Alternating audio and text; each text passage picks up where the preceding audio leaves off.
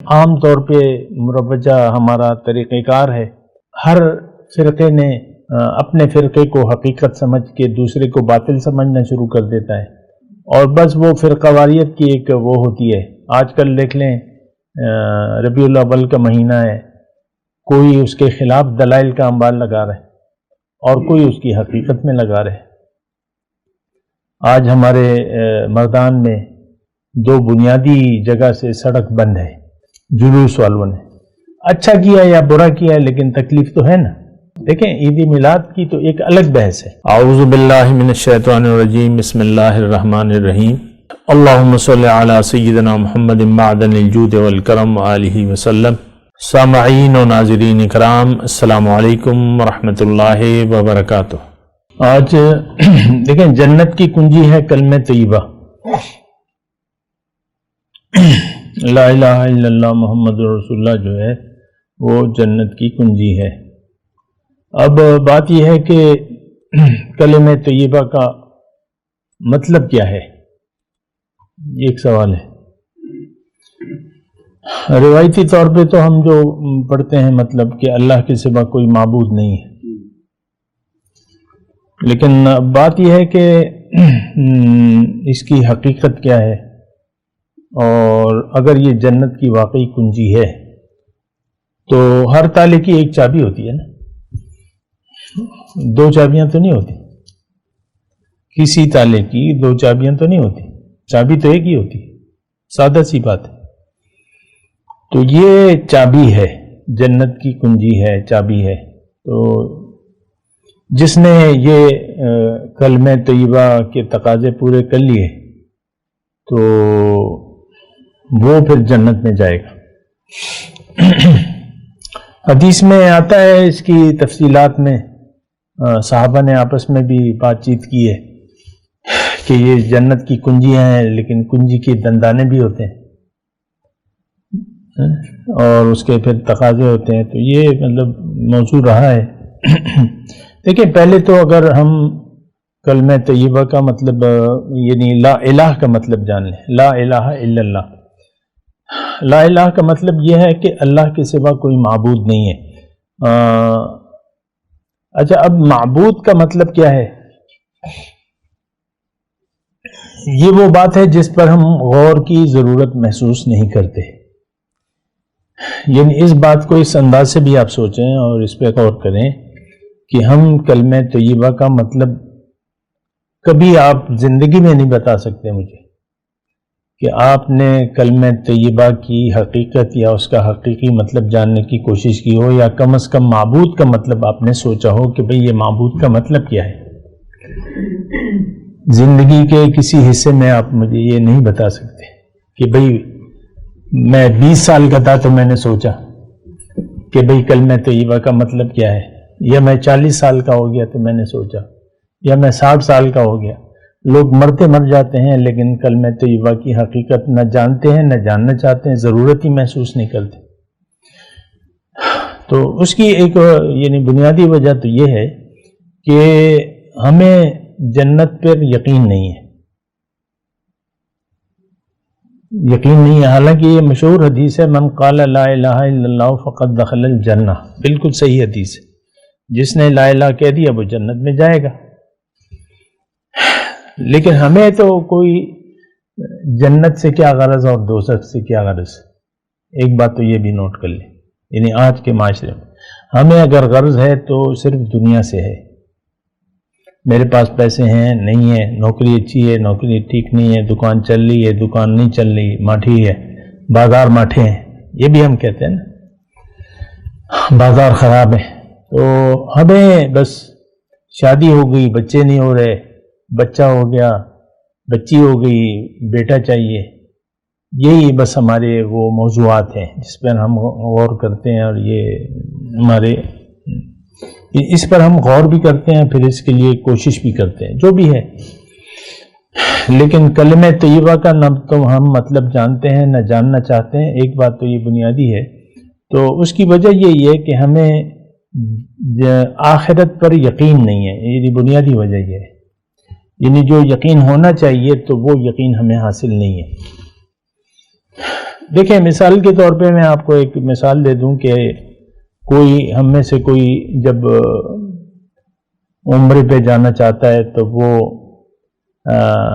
پہلے خرچہ معلوم کرتا ہے، خرچہ کتنا ہے، خرچہ اگر ہوتا ہے تو پھر اپنے حالات کو دیکھتا ہے، جب حالات بھی برابر ہوں تو پھر وہ پاسپورٹ بنوا لیتا ہے، جب پاسپورٹ بنواتا ہے تو پھر وہ درخواست دے دیتا ہے کسی بھی ایجنٹ کو یا جو بھی ہے۔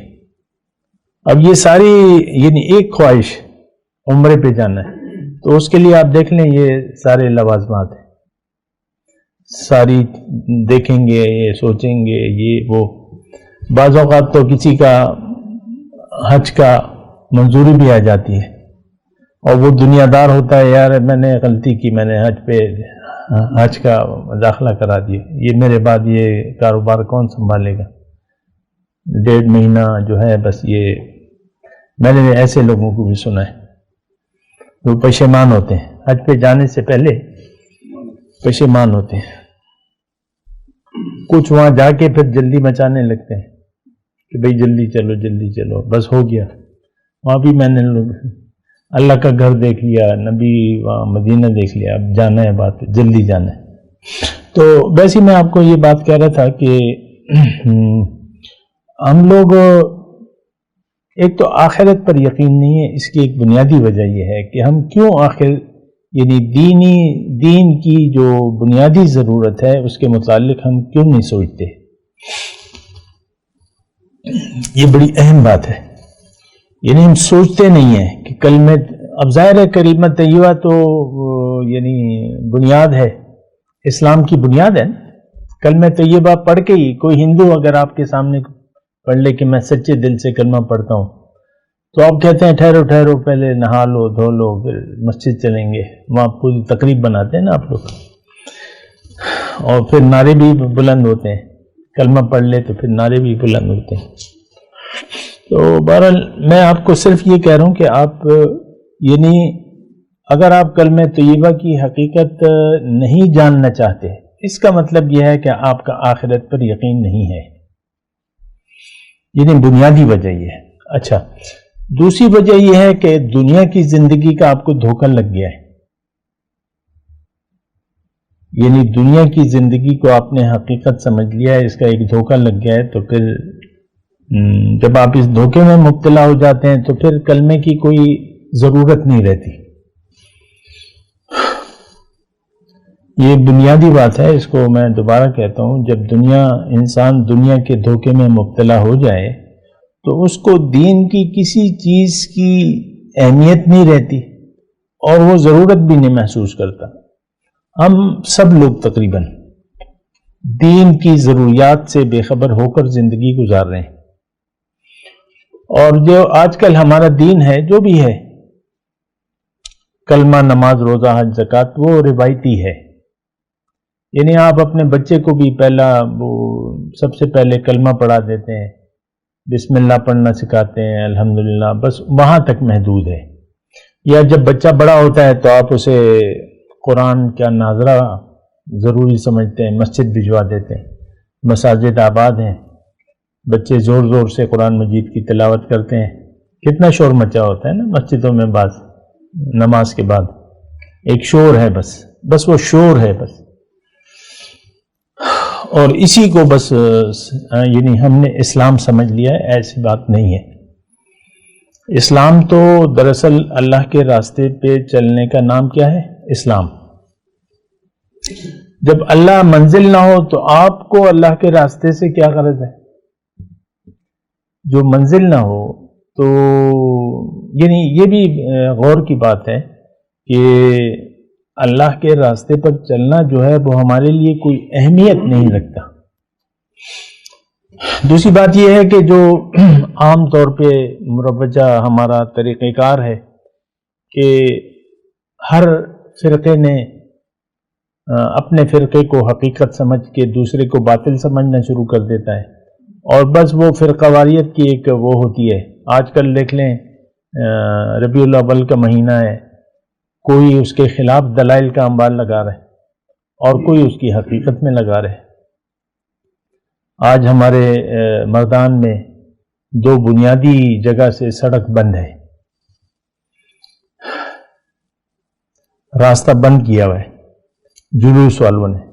اچھا کیا یا برا کیا لیکن تکلیف تو ہے نا, ایک الگ بات ہے. دیکھیں عید میلاد کی تو ایک الگ بحث ہے, لیکن راستوں کو بند کر کے اللہ کی مخلوق کو تکلیف دینا, دکانیں بند کرا دینا زبردستی, راستوں کو زبردستی بند کر دینا ٹینٹ لگا کے, یہ بھی سوچنے کی بات ہے. لیکن میں آپ کو کہہ رہا ہوں کہ دین ایک روایات کا نام رہ گیا ہے. صبح میں ایک درس کا وہ ایک گروپ ہے, اس میں میرا نام ہے, تو وہ دیوبندی وہ ہے, وہ درس دیتے ہیں ہر روز, پنجاب کا ایک ہے. تو انہوں نے جب درس شروع کیا تو درس تو قرآن کا تھا, لیکن ابتدا اس سے کی کہ بھئی آج یعنی جو 12 تاریخ ہے یہ یوم وفات ہے.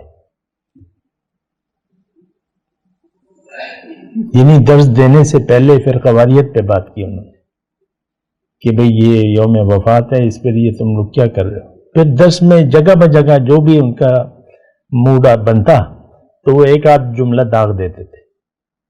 یہیں تک ہمارا وہ رہ گیا ہے دین کی جو ہے اختلافات, تفرقہ, ایک دوسرے کے خلاف نفرت, بات, تم مشرک ہو, تم کافر ہو, تم بدعتی ہو, تم یہ ہو اور وہ. تو بہرحال میں جنت کی کنجی کی بات کر رہا تھا, بات کرتے ہیں ایک وقفے کے بعد. وآخر دعوانا ان الحمدللہ رب العالمین. مولایا صلی وسلم دائما ابدا على حبيبك خير الخلق كلهم